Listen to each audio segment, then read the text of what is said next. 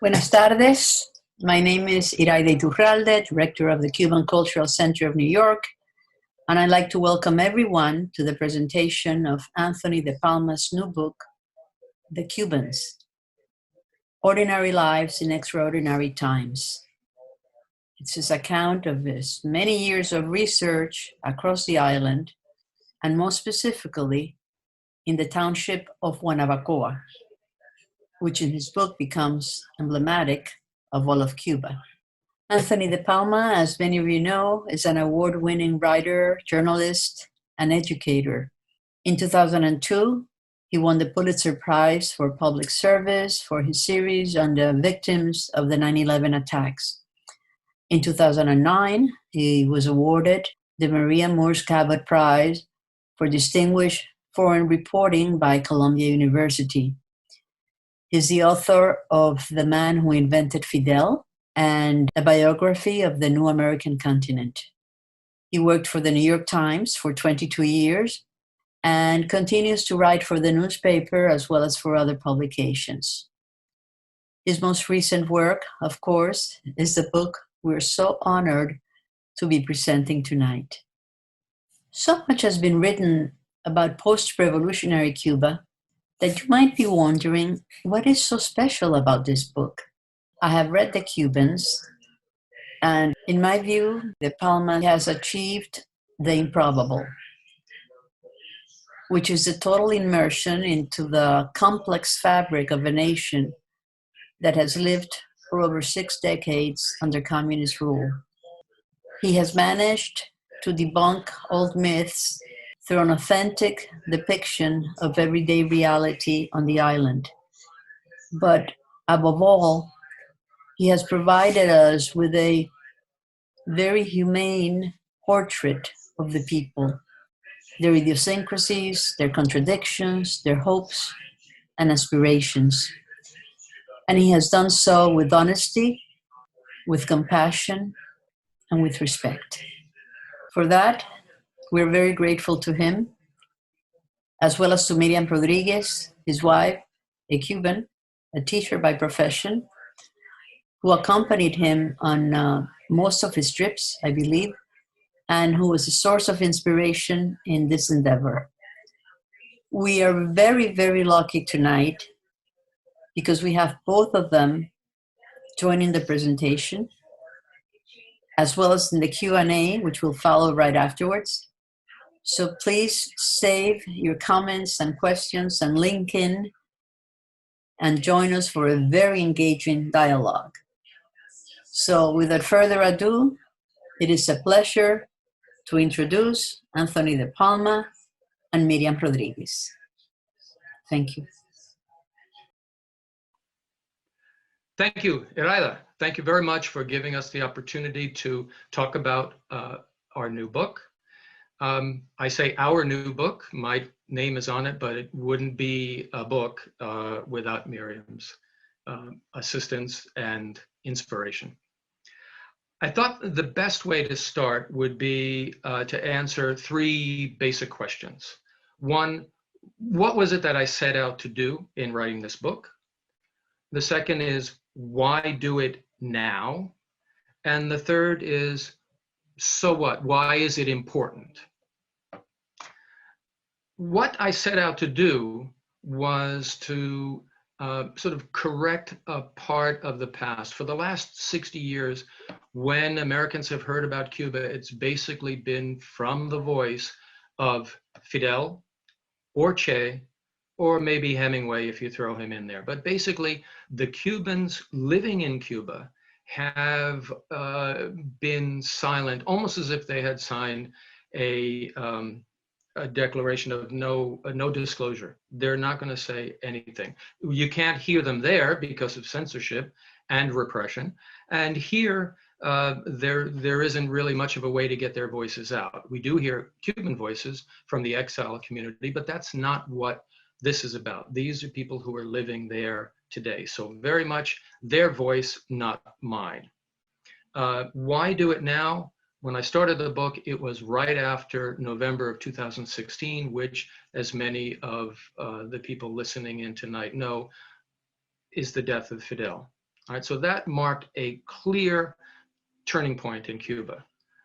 Coming up from that point in November of 2016 was the date in 2018, in April, when Raul had promised that 10 years in power was enough for anybody, including somebody named Castro. So he was scheduled to step down as president, although remaining in power of the Communist Party. So that seemed to be an inflection point in Cuban history that would be worth noting.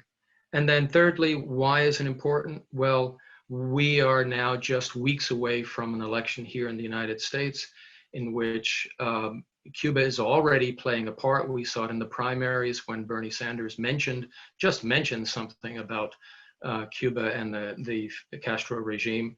And Miami and Florida, again, are critical votes in who becomes the next president. And who becomes the next president will in large part determine what our relationship is going to be with Cuba and the Cuban people. So it was important, if that's going to be in the mix, that we really understand what's happening down there. And the best way to do that, I thought, was to go down there, to spend an extended amount of time.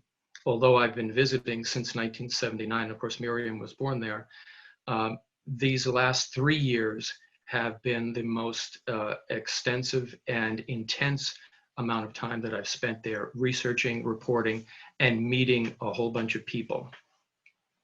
And so with that as background, we'll go into this presentation of photographs and slides that Miriam and I took and prepared during these last 3 years.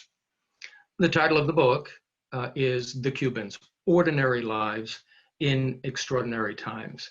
And I entered the project with the idea of doing a sort of a mixture of a journalist and anthropological study of a place. The best way to do something like that, if the Cubans was going to represent 11.5 million people, was, I thought, to pick a place that somehow could stand for the country, and then go there and find out what the people there are doing, what they're thinking, what they're planning, and what they're dreaming. I needed to look for a place that was not too wealthy, if such a thing existed, which I doubt, but not too poor either. I needed a place that was not too familiar, which meant Havana Vieja, which lots of people know would be basically out of the question, but also not too exotic, where it was someplace that was so different from the rest of it that it stood simply on its own. A place that was not too traditional, but also a place that was not so traditional that you wouldn't find anybody entering into the new businesses and entrepreneurship that have sort of made their way into the Cuban economy and the Cuban life, everyday life. And on top of it, concerning logistics, it had to be a place that I could get to without calling too much attention to myself as an American in Cuba, not wanting the government to know exactly who I was speaking to and what we were doing. And so the place that came to mind was Guanabacoa, La Villa de Nuestra Señora de la Asunción de Guanabacoa. Many of the people who are listening tonight, I suppose, will know a little bit about Guanabacoa, will have heard the name, and maybe if they're from the Havana area, will know some more about it. But for those who don't, it is almost as old as Havana itself, founded sometime in the early 16th century, around 1540, as a settlement of Indians. In 1555, when Havana was attacked by French pirates, the capital, the leaders of the colony were actually moved from Havana into Guanabacoa for a short period of time, and Guanabacoa became the capital of Cuba very briefly. And then in 1762, when the British invaded, Guanabacoa was the path through which they moved from Cojimar into Guanabacoa, and over into Old Havana, and the town was occupied by the British for most of a year. It is technically part of the larger city of Havana, which is made up of 15 municipalities spread out around the magnificent Havana harbor. On this satellite map, it would be around 4:30 or 5 o'clock on the clock dial. On the southeastern edge of this many-sided harbor that was used for centuries to store gold and galleons on their way over to Spain. It's connected to the rest of Havana, or at least to the old part of Havana, by the lanchita, the little ferry that runs back and forth from the coast of Guanabacoa, Regla, to Havana, and then there's also one that goes over to Casablanca. It's the most reliable transportation, public transportation in Cuba. It costs about 10 centavos, 100 centavos to 1 Cuban peso, 24 Cuban pesos to 1 US dollar. And now that's changing as they are looking at dollarization and changing the money. So it's basically not even pennies. It costs almost nothing. And it runs all through the day and into the night. It runs so regularly that in 1994, it became the object of desire of lots of people who were trying to get out of Cuba, who eventually hijacked this little ferry and tried to take it as far as Florida, across the Straits of Florida. Some of them did actually make it. And after that, from 1994 until still this happened while I was there, when the lanchita was refueled in Regla, they only put in 10 liters of diesel or less, which was enough to get it from Regla across to Havana and Casablanca and back.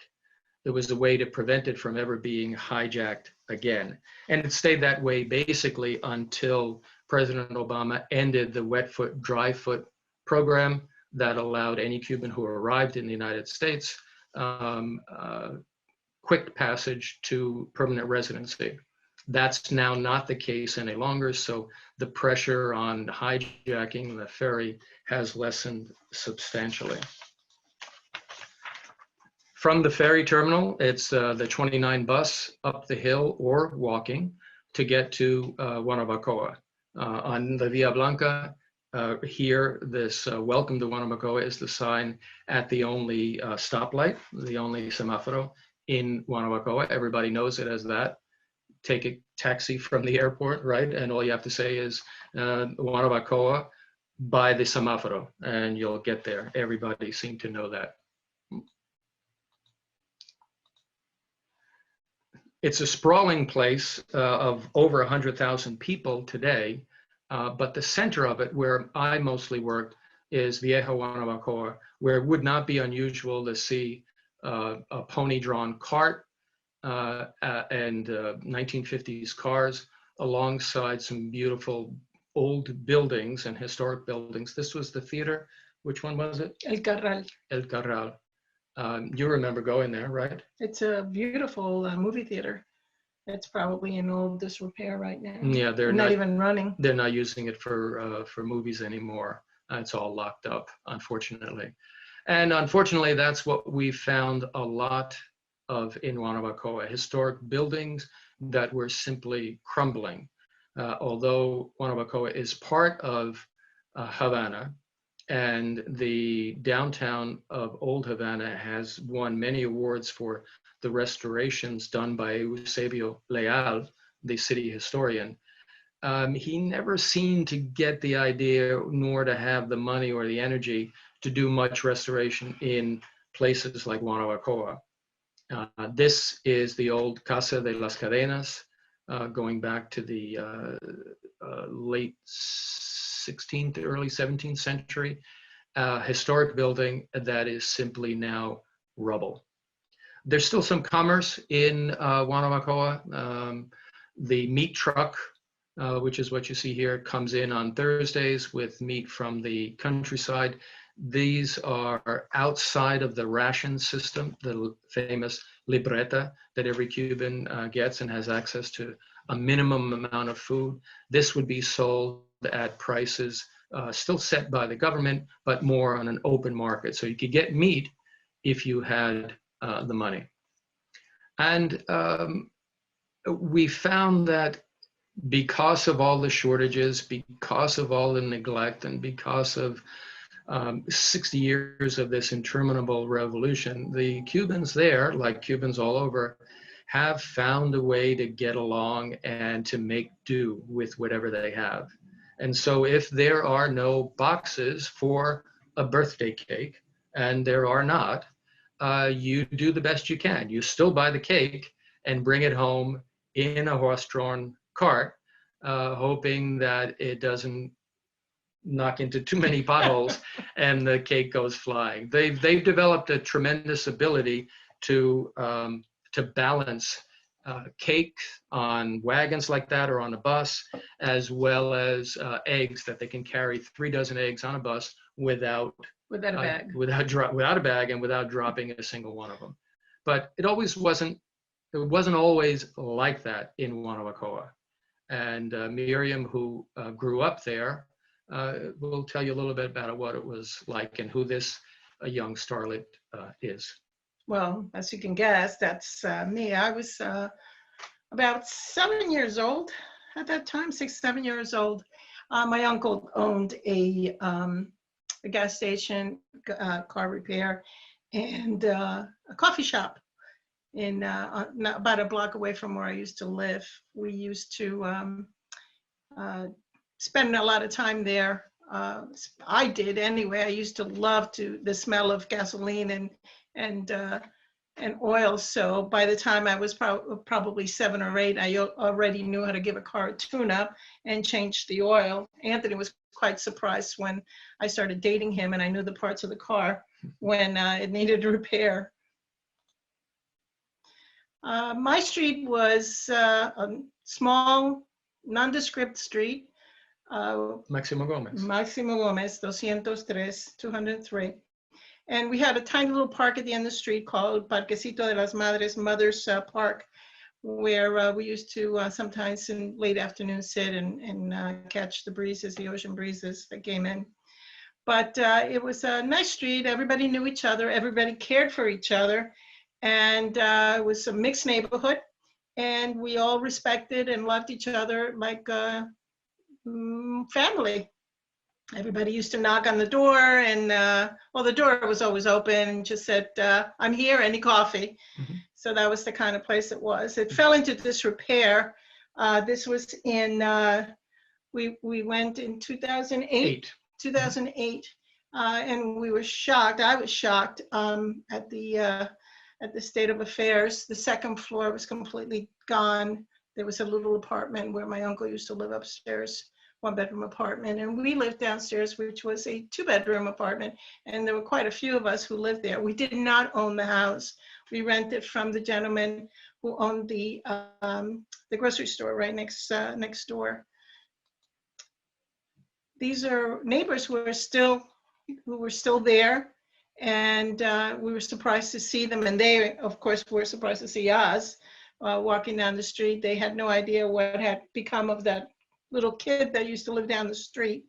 One of them I was able to reach out to and see when we went back about a year or two ago, and reconnect and reunite. It was quite emotional and day. But it was a small street, and believe it or not, the bus used to barrel down that street all the way down, and all the way to the corner where there was this beautiful church, and where family used to attend mass.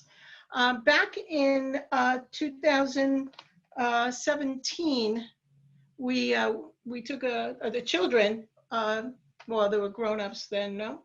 What was it? When did we go? In 2008, we took This was at the beginning of my work. That's right. And we visited the house again, and it was starting to look a little bit better. The gentleman who owned it at the time was a little suspicious of us because he thought I owned the house and was there to inspect and at a certain point reclaim it. When we returned again in 2018, we saw that the upstairs had been raised, and they had worked on the house, and the lady who now owned the house had remodeled, and with a little bit of money and supplies that they could get. And she was quite welcoming. She was the head of the party there. She was just elected delegada. One of the delegadas in Guanabacoa. Very welcoming, very nice, and showed me the house.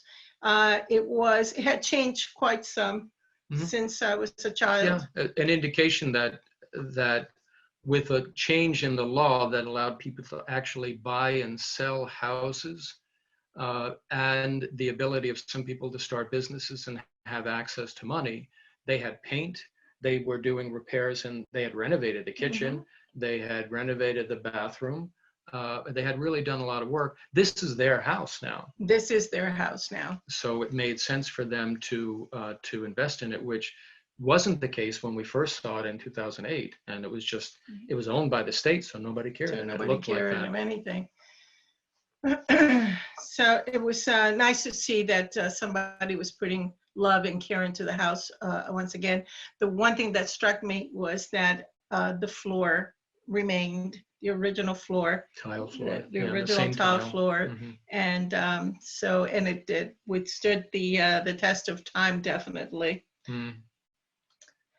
At the end of the street, like I said before, was Los Escolapios, which was a gorgeous church and a boys' school. My uncles attended the school, and but the church has fallen into disrepair and has been taken over. The whole thing has been taken over by the government. Not the church. No, but the school had been taken by the government. It's now offices, but the church is falling apart, and it's so sad to see the way that the roof is no longer holding, and it's the whole thing it's just a matter of time before it crumbles, like everything else is crumbling in Cuba. Yeah, there was a report just before this photograph was taken that President Miguel Diaz-Canel was going to be coming to Guanabacoa for an event that was going to be held in the theater at Los Escolapios.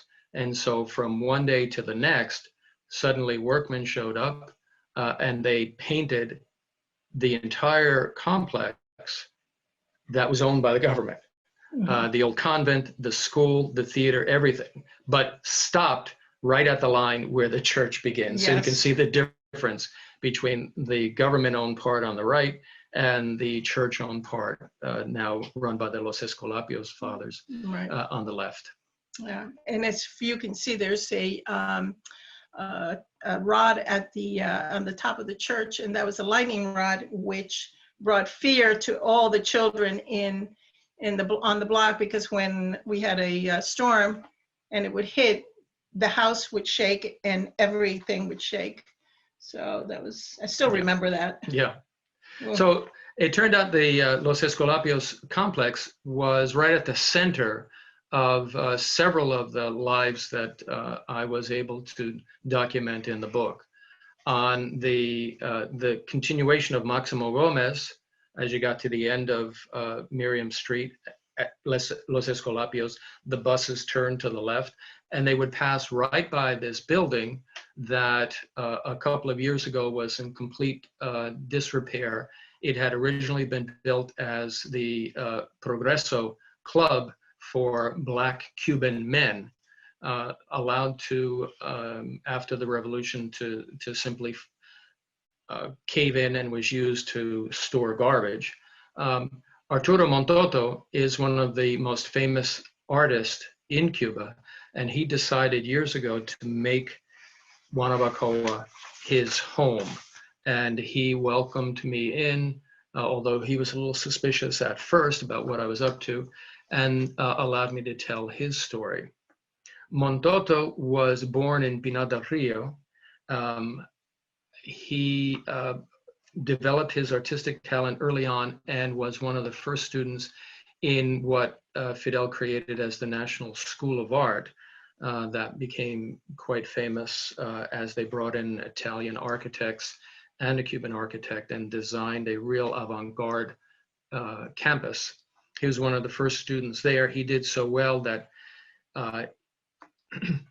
he won a scholarship to the Surkov Institute of Art in Moscow, stayed there for several years, perfecting his art, came back to Cuba, and he became a professor eventually at the National School of Art.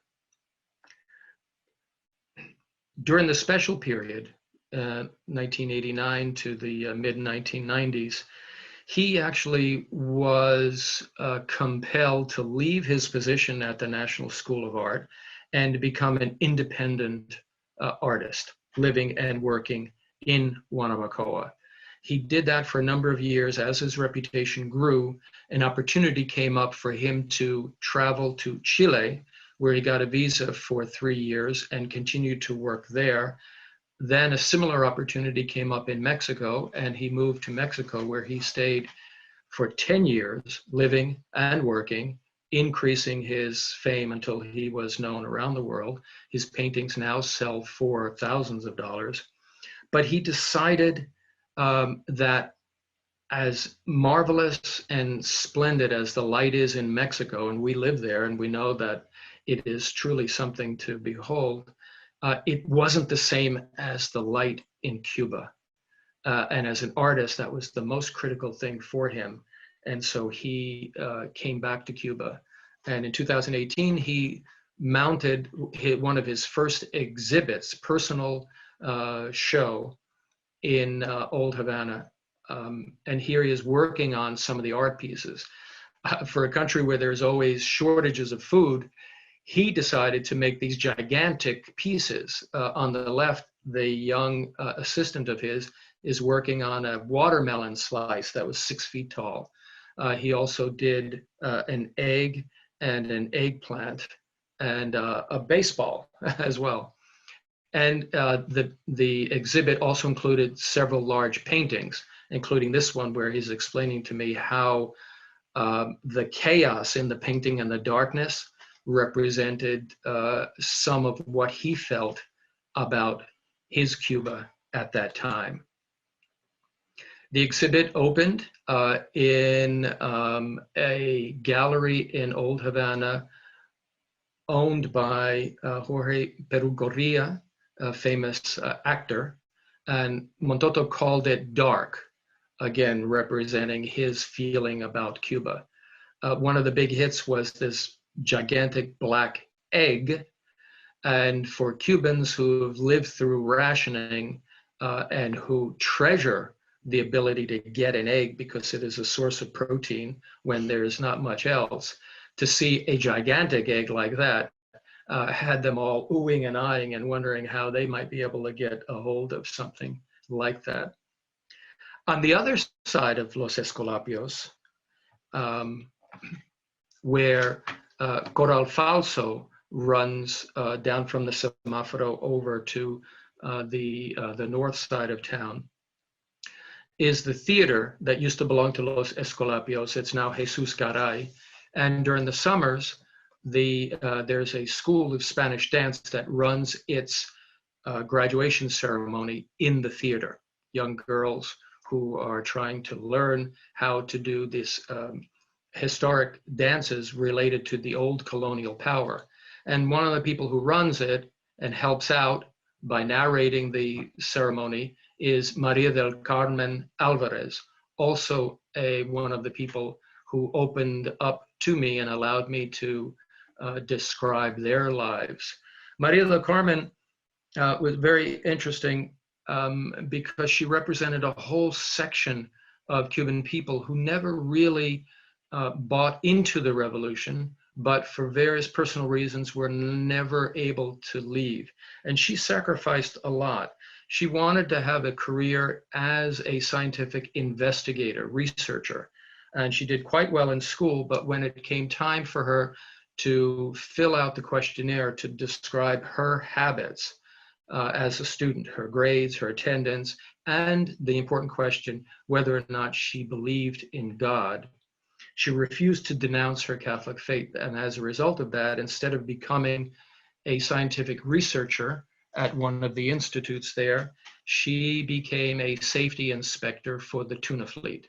And she did that for the next 40 years of her life, putting up with a revolution that she never supported, that punished her for her beliefs. And the only way she was able to maintain her sanity and her good spirit was to continue living in the house, the private house that was purchased by her great-grandmother who came from Spain, and to continue her devotion to Spanish dance. She remained faithful to her Catholic religion and was particularly devoted to the Virgin of Guanabacoa and her feast date on August 15th, the date of the Assumption, in what became a huge celebration in Guanabacoa for a century. They refer to it briefly as El Tutelar. And the tutelar would be the statue that dates back to the late 17th century, which is usually kept in La Parroquia, the main church on the square in Guanabacoa. And for the feast day, was traditionally taken out and marched in a procession through town. For much of the time, it was the largest celebration. It went on for many days. The procession lasted for hours, and the streets were crowded with people who were devoted to the Virgin. Mari took part in many of them dressed as a little angel marching through the streets. So did my aunt. And so did your aunt, and you remember it very well, right? Right. We used to see my grandmother's aunt in the procession. And her name was? Asuncion. Asuncion. Yeah. So at the procession in that year, we also ran into a friend of Maria del Carmen's, this woman, Caridad Guerra, who invited us back for coffee after the procession was over and opened up about the tragedy in her life, which was the loss of 4 members of her family in July of 1994, when many people from Guanabacoa who were desperate to leave managed a plan to take control of one of the old tugboats in Havana Harbor and use it to sail to Florida. Before they got more than 7 miles from the coast of Cuba, they were surrounded by government-owned vessels that tried to stop it, eventually rammed it, and eventually sank the boat. And of the 68 men, women, and children, including infants, who were on board, 37 perished. 31 came back. Among those that were lost were 14 members of the family of Jorge Garcia on the left here. Jorge Garcia lived in Guanabacoa, was born there, eventually became the principal of what used to be Los Escolapios, then became a government school, and was involved in media down there and also raised Doberman pinschers. He lost 14 members of his family, including a grandson, a son, son-in-law, and many others. In 1999, 5 years later, after 5 years of repression, he basically was allowed to bring his family out of Cuba and to the United States, where he now lives in Miami. But he's never forgotten what happened, and he has made it his life's work to seek justice for them. Here he is holding the photograph of his son, Joel. He often makes presentations in front of international commissions that are attempting to seek justice for various crimes of the Cuban regime. And Jorge has often made presentations about the sinking of the tugboat. He's written this book in Spanish and in English about the sinking of the 13th of March. And he says And I believe him that he will never stop seeking justice, no matter how difficult and how almost impossible it seems to be able to bring any of those people to justice. Also in the book, I spoke to one of Caridad's neighbors, Lily Hernandez, who is the president of the local Committee for the Defense of the Revolution, a devoted communist who's never missed one May Day parade. Here she is at about 5 o'clock in the morning, pretty close to the front of the line, getting ready to march. Her husband, Carlos Castaño, is also a former party member, now retired military, living on a pension, the both of them living in this apartment in Guanabacoa. To supplement his meager pension, he has set up a business making deliveries of the subsidized food that Cubans can buy in the bodega with the libreta, and on other days, on just about every day, the daily bread that Cubans buy at the local bakery for a very inexpensive subsidized price. Some people don't even bother coming out to get it, so he picks it up for them, delivers it. Some people on the 3rd floor of an apartment building without an elevator, instead of running down to get it, simply lower a bag, and Castaño puts the roll in there. Lily's son, Joseito, also is a budding entrepreneur. His business is a reupholsterer. He does builds and repairs furniture, but there's really a lack of material, and there's no Home Depot, or there's really no wholesale market for them to get this material, so they have to improvise. What he's doing there is taking an old truck tire and cutting off spirals as if it was the skin of an apple, and then splitting the spiral to take away the steel belt from the rubber, and using the 1-inch wide rubber strips as the webbing underneath a chair or a sofa that he can then sell. The lack of a wholesale market pretty much puts a lie to the idea that there is that Cubans can go into their own business. Many of them were desperate enough, 500,000, to actually take out licenses. But if you're going to become say a vendedor ambulante, somebody selling vegetables from a cart, you need to build the cart. The cart needs wheels. Again, no Home Depot to go to for wheels. You have to make do, and what you do is you find these garbage canisters, which is the way the city of Havana picks up its garbage, tip it over and steal the wheels. So after complaints from the neighborhood, the city brought in these containers to pick up the garbage.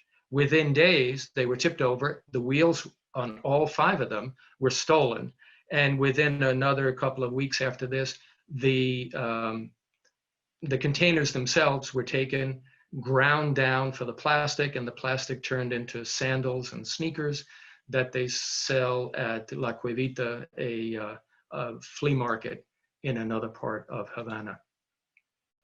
But the government makes a good show of saying that they are attempting to offer Cubans the ability to set up their own business. They put out this guide for self-employed people.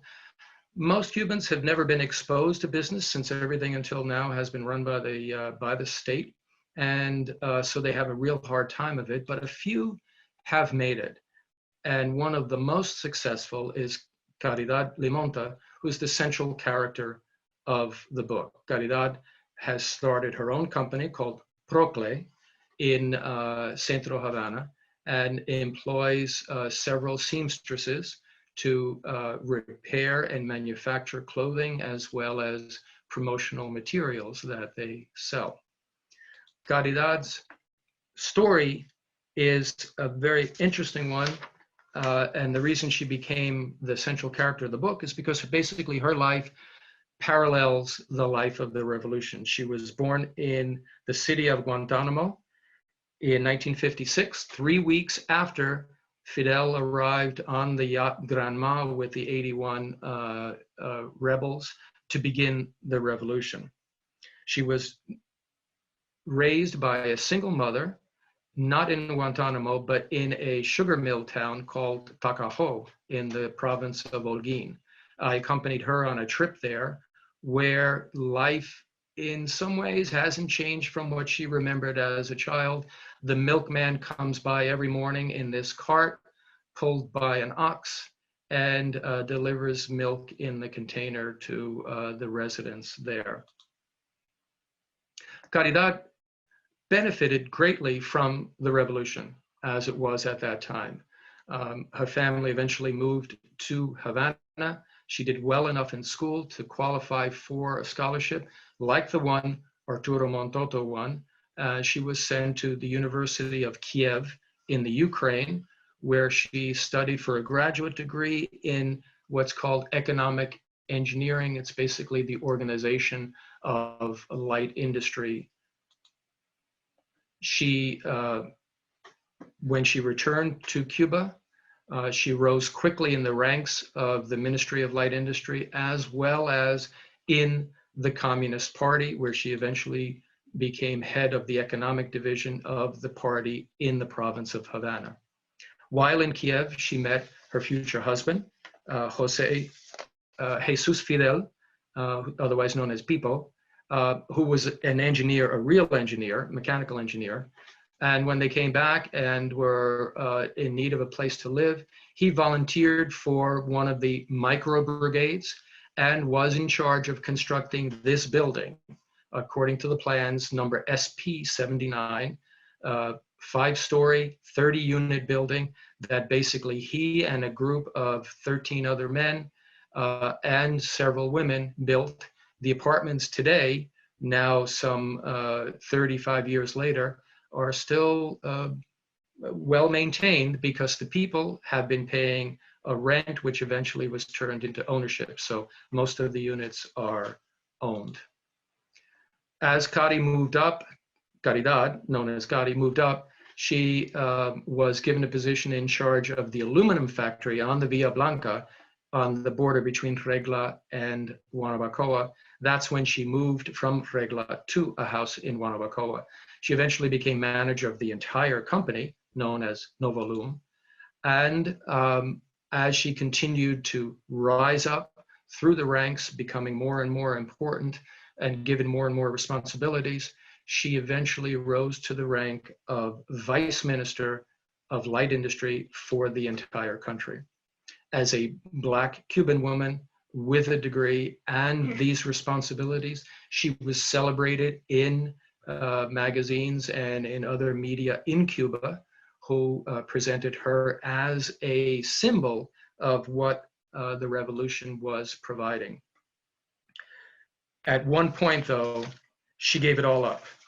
And she realized that the promise of equality that the revolution had given from the beginning and continued every day in the pages of Granma or on television, that everyone was equal and everybody had an equal opportunity and an equal chance, she realized through some personal experience was never going to be fulfilled. And so she gave up her position in the party, she gave up her position in the government, and she became a fledgling capitalist entrepreneur. However, with her experience at Novolum and the other companies, as well as help that she received from an organization called Cuba Emprende, which was funded by folks in the United States, provided through the Catholic Church in Cuba, to simply generate some entrepreneurial skills, she was able to start Procle, have it run in her own way and become a success. She eventually tried unsuccessfully to make the company vibrant enough for her son, her young son, who was in his late 20s, to remain in Cuba rather than finding opportunity elsewhere. But it didn't work. And during the course of my writing the book, he left Cuba to find his success elsewhere. She also eventually lost her twin sister, Esperanza, who took her family to Uruguay. Because of her health condition, she has a heart condition, Cari has settled on the idea that she's going to have to remain in Cuba, but she longs for her family. Despite all that she's been through, She remains optimistic. And even though for her, the revolution is lost, that's what she says, she remains hopeful and devoted to Cuba. And hope, although it sometimes seems to be in short supply in Cuba for people like Caridad and Pipo and some of the others that we met, they remain hopeful that one day they will be able to live lives that are freer and happier and more complete. And so that's basically Iraida, a taste of the Cubans. Now, Miriam and I would be happy to try to answer any questions that any of your viewers might have.